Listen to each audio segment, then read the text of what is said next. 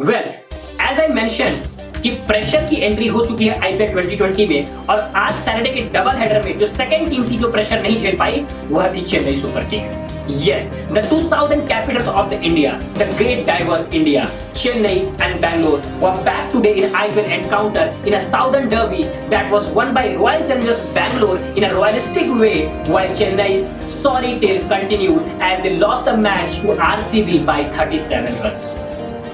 Hello everyone, I am Amritansh Tiwari with yet another episode of IPL Affairs with my colleague Sushant Jadhav. This is shooting this video, later on he will be editing this. Anyways, coming back to the point.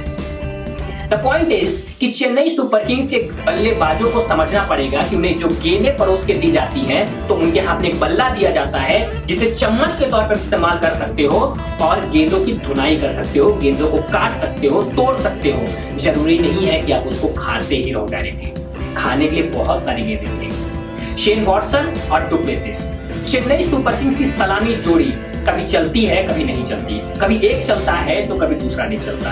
दोनों rail की पटरी की तरह हो चुके हैं, रहना साथ में है, मिलना कहीं भी नहीं। और यही कारण है कि Chennai super kings, the team that is supposed to be champions, the full of champion players, is not performing as per their potential. Royal challengers Bangalore ने आज 170 रन का टारगेट रखा चेन्नई सुपर किंग्स के सामने। एक तो द चेन्नई का जो टॉस डिलेमा है वो खत्म होने का नाम ही नहीं ले रहा। जी हाँ, महेंद्र सिंह धोनी ने पहले जो 3 मैचेस में टॉस जीते वहां गेंदबाजी करने का फैसला किया। बाद में उन्हें समझ में आ गया कि चेस करते समय उनकी बल्लेबाजी क्रम ठहर जाता है तो उनको अब चाहिए पहले बल्लेबाजी, लेकिन जब से उन्होंने मन बनाया है पहले बल्लेबाजी करने का वो सिक्का जीत ही नहीं पा रहे। और जब सिक्के की खनक ही आपके फेवर में नहीं पड़ रही है तो आपको सारे फैसले बदलने पड़ रहे हैं। हालांकि धोनी वह कप्तान नहीं है जो सिक्कों की खनक के हिसाब से चल रहा है। लेकिन फिर क्या गलत हो रहा है बताने की जरूरत नहीं है, क्योंकि सबको दिख रहा है शेन वॉटसन और डु प्लेसिस की सलामी जोड़ी का परफॉर्म ना करना, मिडिल ऑर्डर का परफॉर्म ना करना और गेंदबाजों का समय असमय रनों का लीक करना। 170 के टारगेट में आज कुछ ऐसा ही हुआ। शेन वॉटसन और डु प्लेसिस को लगा होगा कि वो कभी भी स्कोर को बढ़ा सकते हैं, लेकिन ऐसा नहीं हुआ और धोनी का गुस्सा भी आखिरकार फूट ही पड़ा जब उन्होंने प्रेस कॉन्फ्रेंस में पोस्ट मैच प्रेजेंटेशन में कहा that I am supposed to back the players, but they need to execute their plans. They need to have their plans. That means कुछ न कुछ कड़े फैसले लिए जा सकते हैं। आज जाधव की जगह जगदीशन को मौका मिला था। हालांकि सलामी बल्लेबाज अगर शुरुआत नहीं दे पाए तो मध्य क्रम में रायडू और जगदीशन ने पारी को संभाल लिया था।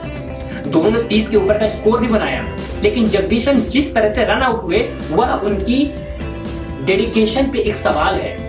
आप रन आउट हो गए, आपने कोशिश नहीं किया, डाइव नहीं मारे, बैट नहीं घसीटा, क्या किया आपने? विकेट कुर्बान करके चले आए, खुद की मेहनत पे पानी फेर दिया।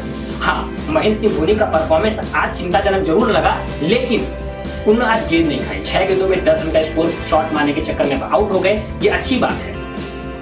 लेकिन ऐसे में मुझे दया आ जाती है जडेजा जैसे खिलाड़ी, क्योंकि जब ये अच्छा पोटेंशियल खिलाड़ी बल्लेबाजी करने आता है तो रन रेट ऑलरेडी 19 का हो चुका होता है।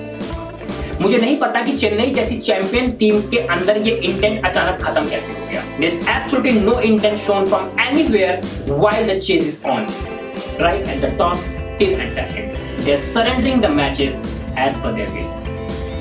तो आरसीबी ने क्या 170 का स्कोर आसानी से बना लिया? अजी नहीं। I don't think flop रहेगा।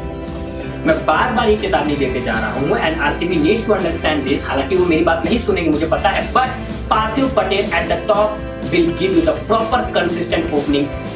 लेकिन न तो पार्थिव पटेल को जगह मिल रही है उनके टीम में और ना ही अजिंक्य रहाणे को। ये दोनों खिलाड़ी अपनी टीम के अच्छे सामने बल्लेबाज हो सकते हैं, खैर वो उनके ऊपर डिपेंड करता है।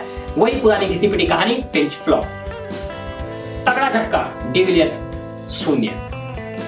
Devdutt Padikkal born as a cricketer, shots लगा रहे हैं, क्लासिक शॉट्स लगा रहे हैं, लेकिन चेन्नई के लिए चिंता का विषय देवदत्त पडिक्कल नहीं विराट कोहली थे, बिकॉज कप्तान धोनी को पता था कि विराट कोहली का कन्वर्जन रेट बहुत खतरनाक है।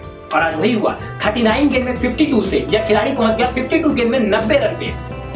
और एक समय ऐसा आया था जहां पे ऐसा लगा कि शतक भी बना सकते हैं, लेकिन आखिरी ओवर में सिर्फ डबल से काम चलाना पड़ा और वे 90 रन के स्कोर पे नॉट आउट रहे और 170 का स्कोर उनके लिए बहुत था। ठाकुर ने 2 विकेट लिए, लेकिन सैम करन जिन्हें लगातार मौका दिया जा रहा है एज अ फॉरेन प्लेयर, उनके बल्लेबाजी नहीं चल रही, वो 0 पे आउट हो चुके थे। 48 रन 40 रन हर मैच में दे रहे हैं, रन लीक कर रहे हैं, जिसकी वजह से चेन्नई का बैलेंस बिगड़ रहा है। So what is going wrong with Chennai? There top order as well as the bowling that is leaking runs. and what is going well for RCB, that is the back performance of Virat Kohli. We hope that in another encounter when RCB and Chennai meet, it will not be a one-sided affair, as the Southern Derby is one of the most entertaining match of whole IPL tournament. We are also wishing Mahendra Singh Dhoni to be back in his bloody best, where he is going to smash the sixes all around as his own way. Bye-bye.